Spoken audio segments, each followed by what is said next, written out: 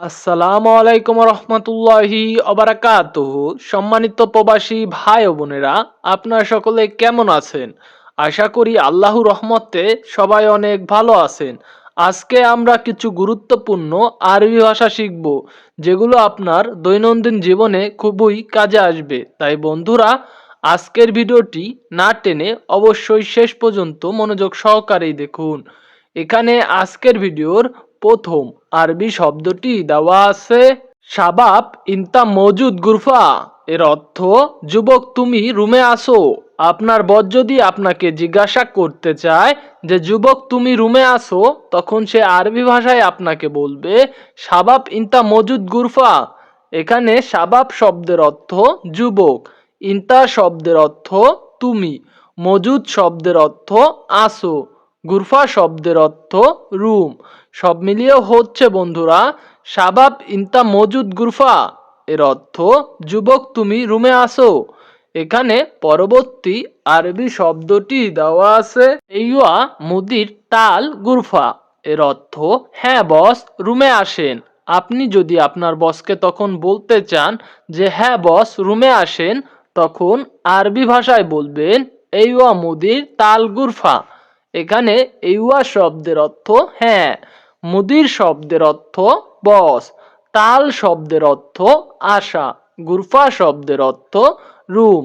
সব মিলিয়ে হচ্ছে বন্ধুরা এইয়া মুদির তাল গুরফা। এর অর্থ হ্যাঁ বস, রুমে আসেন। এখানে পরবর্তী আরবি শব্দটি দেওয়া আছে মুদির এশ মুশকিল। এর অর্থ বস কি সমস্যা। আপনি যদি আপনার বসকে জিজ্ঞাসা করতে চান যে বস কি সমস্যা, তখন আরবি ভাষায় বলবেন মুদির এশ মুশকিল। এখানে মুদির শব্দের অর্থ বস, এশ শব্দের অর্থ কি, মুশকিল শব্দের অর্থ সমস্যা। সব মিলিয়ে হচ্ছে বন্ধুরা মুদির এশ মুশকিল। এর অর্থ বস কি সমস্যা। এখানে পরবর্তী আরবি শব্দটি দেওয়া আছে লেশ ইনতা ইজি হেনা। এর অর্থ কেন তুমি এখানে আসছো।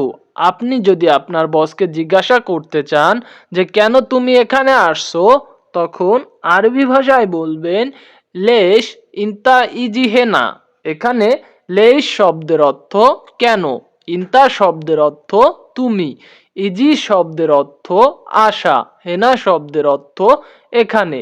সব মিলিয়ে হচ্ছে বন্ধুরা লেশ ইনতা ইজি হেনা।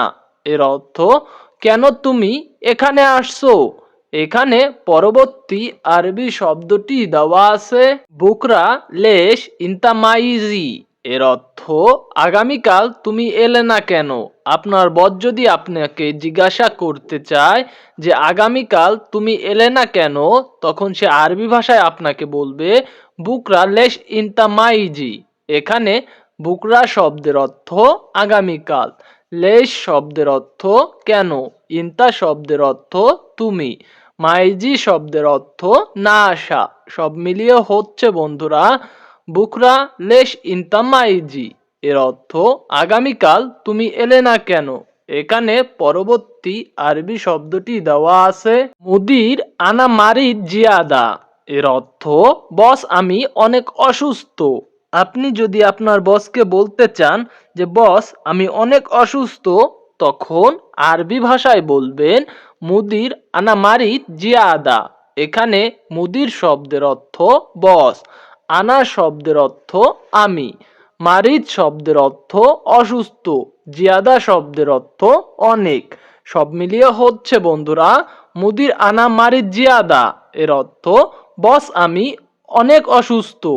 এখানে পরবর্তী আরবি শব্দটি দেওয়া আছে শাবাব ইনতা এশফিক। এর অর্থ যুবক তোমার কি হয়েছে। আপনার বস যদি আপনাকে জিজ্ঞাসা করতে চায় যে যুবক তোমার কি হয়েছে, তখন আরবি ভাষায় আপনাকে বলবে শাবাব ইনতা এশফিক। এখানে শাবাব শব্দের অর্থ যুবক, ইনতা শব্দের অর্থ তোমার, এস শব্দের অর্থ কি, ফিক শব্দের অর্থ হয়েছে। সব মিলিয়ে হচ্ছে বন্ধুরা শাবাব ইনতা এশফিক। এর অর্থ যুবক তোমার কি হয়েছে। এখানে পরবর্তী আরবি শব্দটি দেওয়া আছে মুদির আনা ইজি হারারা। এর অর্থ বস আমার জ্বর আসছে। আপনি যদি আপনার বসকে বলতে চান যে বস আমার জ্বর আসছে, তখন আরবি ভাষায় বলবেন মুদির আনা ইজি হারারা।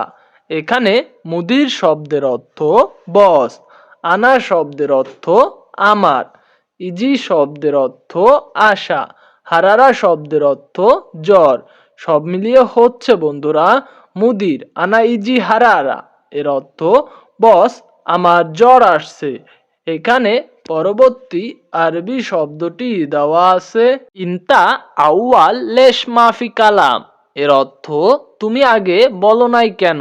আপনার বস যদি আপনাকে জিজ্ঞাসা করতে চায় যে তুমি আগে বলো নাই কেন, তখন আরবি ভাষায় বলবে ইনতা আউয়াল লেশ মাফি কালাম।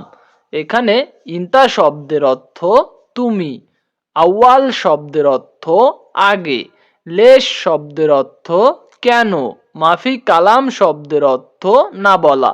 সব মিলিয়ে হচ্ছে বন্ধুরা ইনতা আউয়াল লেশ মাফি কালাম। এর অর্থ তুমি আগে বলো নাই কেন। এখানে পরবর্তী আরবি শব্দটি দেওয়া আছে মুদির হাগ্গে জাওয়াল মাফি ফুলুস। এর অর্থ বস আমার মোবাইলে টাকা নেই। আপনি যদি তখন আপনার বসকে বলতে চান যে বস আমার মোবাইলে টাকা নেই, তখন আরবি ভাষায় বলবেন মুদির হাগ্গে জাওয়াল মাফি ফুলুস।